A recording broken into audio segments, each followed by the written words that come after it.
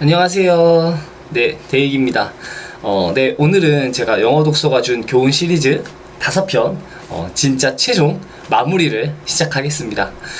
진짜 저도 어쩌다 이게 5편까지 늘어질 줄은 몰랐었는데, 뭔가 제 논리와 제가 지닌 의식의 흐름을 이렇게 좀 더 설득력 있게 전달하려다 보니까 영상이 이렇게까지 좀 길게 제작된 것 같네요. 그런데 이렇게까지 제가 말하고 싶었던 이유도 사실은 있었어요. 그게 뭐냐면 제가 제 책에서 그 리뷰나 뭐 피드백 같은 것들을 좀 보니까 이게 사람들이 영어 독서를 한 이후에 뭔가 영어 실력이 측정될 만한 지표가 좀 이렇게 없다는 점에 대해서 간혹가다 좀 아쉬워하는 분들이 계시더라고요. 물론 이런 게 좀 이해가 되는 지적이긴 해요. 제가 책에서 썼을 때 점수나 아니면 이런 거를 잘 받을 수 있다, 아니면은 점수 평가 또는 실력 평가가 될 수 있다, 뭐 이런 식으로 제가 언급한 부분이 단 1도 아마 없었을 거거든요. 그렇게 하는 걸 제가 지향하지도 않았고, 그런데 저는 이게 영어 독서를 하는 목적이 영어 실력의 유창함과 사람들이 좋아할 만한 특유의 실력 향상을 절대 목적으로 하지 않는데, 자꾸 그 부분이 언급되는 것이 제 입장에서는 괜히 좀 아쉽더라고요. 뭔가 좀 내용이 부실했었나 하는 생각이 좀 들기도 하고, 그냥 취미로 읽는 입장인데, 그리고 취미로 읽기를 바라는 마음에서 쓴 것인데, 제가 뭐 영어 책을 잘 읽어서 영어 실력이 유창한 난들 뭐 이걸 솔직히 어디다 쓰겠어요. 책을 잘 읽어가지고 뭐 외교관이 될 것도 아니고, 아니면 뭐 전문 번역가가 될 것도 아닌데요. 그래서 제가 진짜 영어를 배우고 싶어 했던 찐 근본적인 이유, 정말 속내를 털어서 근본의 이유를 털어놓고자 이런 영상을 만들게 된 것입니다. 왜냐하면 결국 그렇더라고요.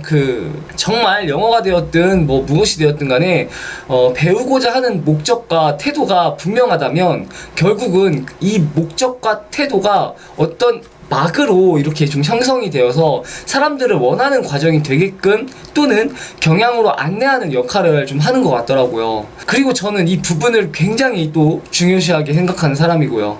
그래서 근본 원인, 내가 영어를 배우고 싶어 했던 진짜 이유는 과연 무엇일까를 제 내면에서 계속 고민하고 또 좀 시행착오를 겪어가며 깨닫던 도중에, 이제 영어 책을 읽으면서 나는 이런 이유 때문에 영어를 배우고 싶어 했고 영어 독서가 나에게 다가온 것이구나를 이제는 어느 정도 조금은 알게 된 것입니다. 자, 그러면 이제 지난 시간에 제가 결핍에 대해서 이야기하다 말았죠. 결핍, 참 이게, 여러분 잠시 BGM 좀 그럴싸하게 좀 틀겠습니다. 이게 또 약간의 감동이 느껴져야 설득이 되는 부분이거든요. 잠깐 물 좀 마시고요. 생각해보면 저는 영어를 배우고 싶어 했던 이유에서 어느 정도의 피해의식에 대한 부분도 분명히 있었어요. 저번 에피소드 때도 이야기했다시피 나도 영어를 잘하고 싶은데, 그리고 영어를 분명히 좋아할 자신도 있는데, 자꾸 사회는 저를 영어 점수로만 평가를 하려니까 제가 영어를 어느 정도 좋아하는지 관심도를 도저히 설명할 길을 안 주더라고요. 저는 솔직히 그게 너무 답답했어요. 뭐 그렇다면 제가 그냥 영어 점수를 올려버려서 통과하면 되지 않냐 하시는데, 맞죠. 그게 맞죠. 그게 맞는 건데, 근데 또 성적은 정말 더럽게 안 나오는 거예요. 그냥 성적 올려서 증명하면 되는 건데, 성적은 낮으니 증명할 길은 없고, 그런데 영어를 포기하고 싶지는 않고, 그런데 낮은 점수로는 뭐 이건 회사 지원은 꿈조차 꿀 수 없게 만들어버리니까, 자연스럽게 제가 지닌 영어에 대한 갈증은 지적 호기심에서 점차 결핍으로 바뀌어 버리게 됩니다. 그런데 이 결핍이 저에게 있어서는 약간 좀 되게 넓은 개념인 것 같아요. 뭔가의 피해의식, 열등감, 아니면 뭐 자신감 부족 등등이 모두 합쳐져서 넓은 개념으로 결핍이라 제가 지금 말하고 있는 것 같거든요. 왜 제가 또 이런 말을 하냐면, 처음에 제가 겪었던 영어에 대한 좌절감은 사실 결핍이라 말하기보단 좀 더 단정적인 어조로 말하자면 트라우마가 맞았어요.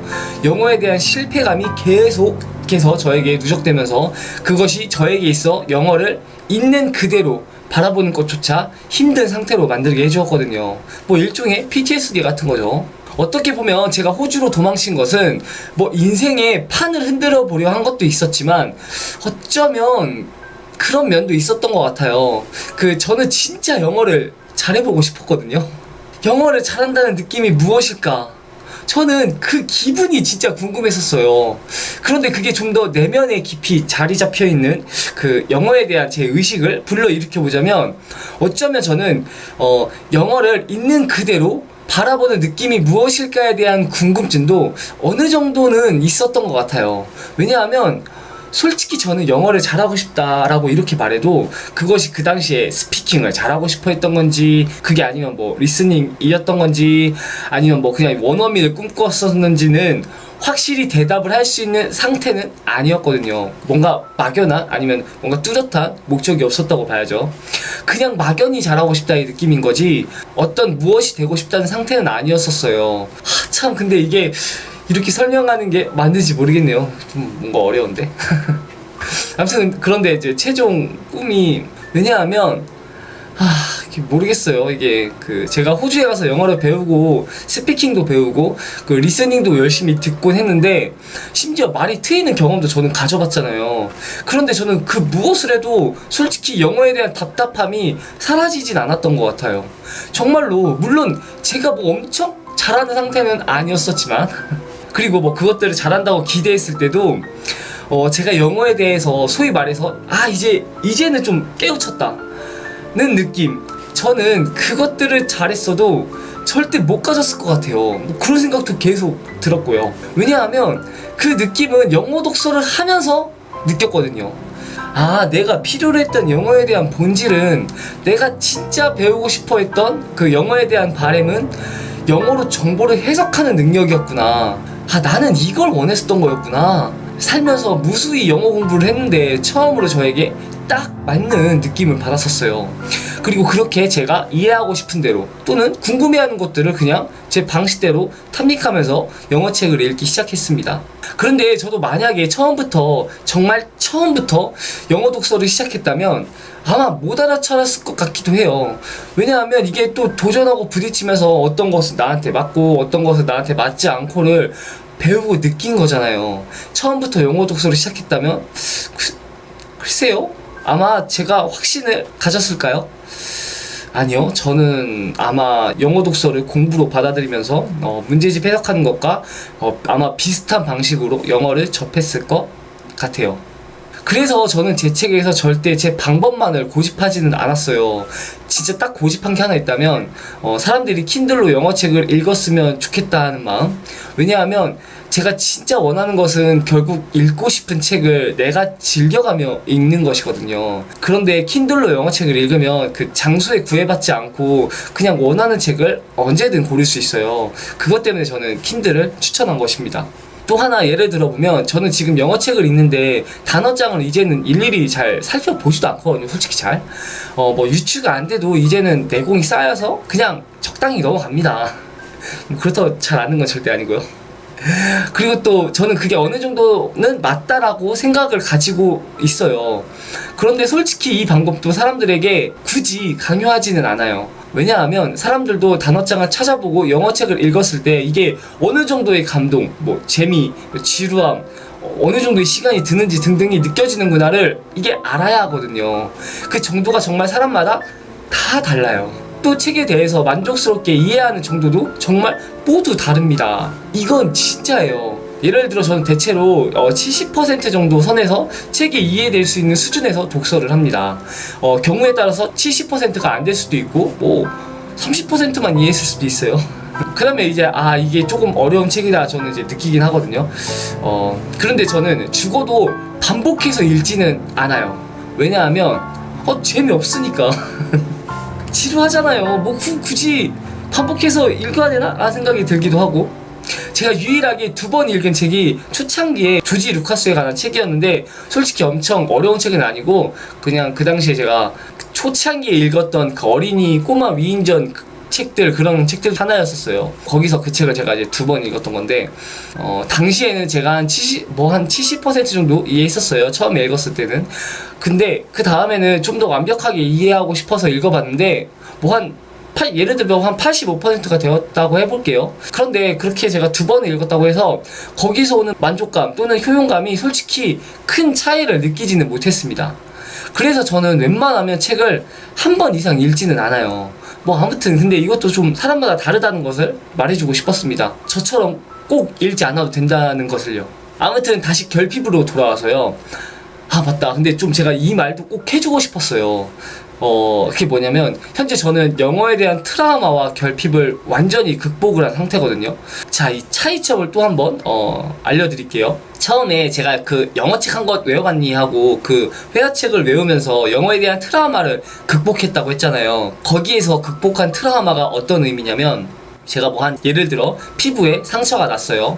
그러면 이것을 이제 약을 발라서 딱쟁이를 지게 만들잖아요.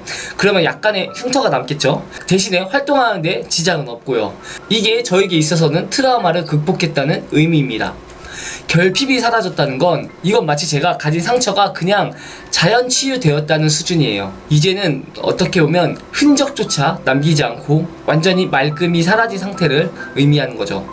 왜냐하면 저는 이제는 영어에 대한 피해의식, 트라우마, 결핍, 부러움 등등을 솔직히 갖고 있지는 않아요.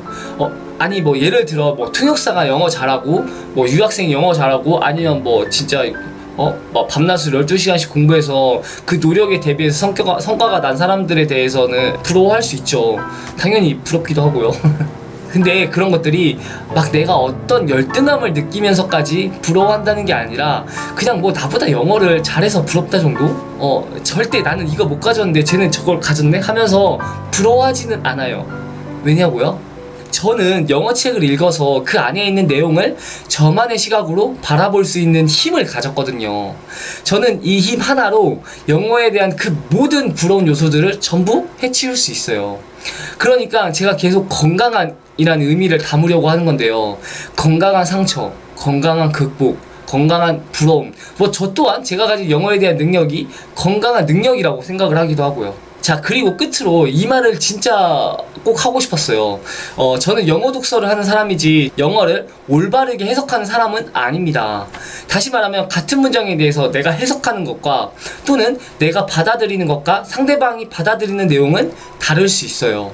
이건 맞다 틀리다의 문제가 아니라 그냥 서로의 관점에서 그렇게 나오게 된 배역을 그냥 이해해주면 그만입니다. 그래서 저는 영어 독서에서 소위 말해 리더로서 뭔가를 행사하는 것에 대해 거부감을 좀 가지고 있어요. 이렇게 해석해야 해, 저렇게 해석해야 해, 이런 말은 사실 필요가 없거든요. 영어 독서에서 우리 모두가 지향하는 일은 리더이지 리더가 아닙니다. 말장난이죠? 그러니까 여러분도 리더가 아닌 리더가 되어주세요. 여러분의 해석을 강요하는 것이 아닌 공유함으로써 독서가 가진 그 특유의 평등함 있잖아요. 그것을 영어에서도 같이 좀 발현시켜 주시면 정말 고맙겠습니다. 자, 영어 독서가 저에게 준 교훈이 이제 무엇인지 명확히 아시겠죠? 다시 정리하자면 최고의 교훈은 제가 가진 영어에 대한 결핍을 사라지게 해준 것이 가장 큰 교훈이자 선물입니다. 그 배경 설명은 지금껏 모두 했고요. 그리고 또 우리 모두는 리더가 되어야 합니다. 여러분이 책을 읽던 여러분의 자녀가 책을 읽던 거기서 나오는 해석이 어떻게 나오든 절대 그 해석의 의미를 꺾으려 하지 말고 그 해석의 주장이 풍부하게끔 만들어주세요. 그 주장이 풍부해질수록 사고에 대한 유연함이 정말 장난 아니게 좋아질 겁니다. 아무튼 제가 생각나는 건 이 정도고요. 또 영어 독서에서 좋은 점이 있으면 나중에 또 기회가 될 때 다른 방식으로 말해보려 해볼게요. 계속해서 영어 독서에 대한 동기부여가 될 만한 에피소드들도 좀 한번 이렇게 개발해 보겠습니다. 그럼 5편까지 나온 이 긴 에피소드를 시청해 주셔서 감사드리고요. 그럼 또 다음 영상에서 찾아뵙도록 하겠습니다. 그럼 안녕.